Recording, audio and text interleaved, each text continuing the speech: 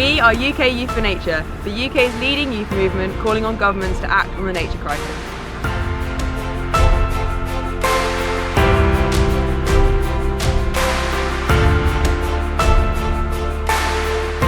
We're here on Scarborough Beach, drawing lines in the sand to say enough is enough. Nature cannot wait any longer, and we must stop all nature loss here in the UK.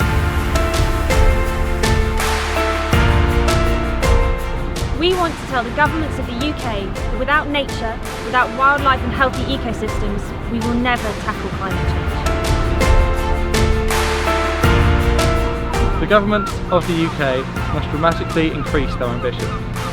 They must sign up to and deliver ambitious 2030 nature targets.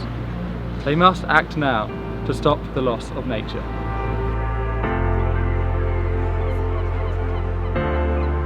To protect and restore critical habitats and bring back the species we need.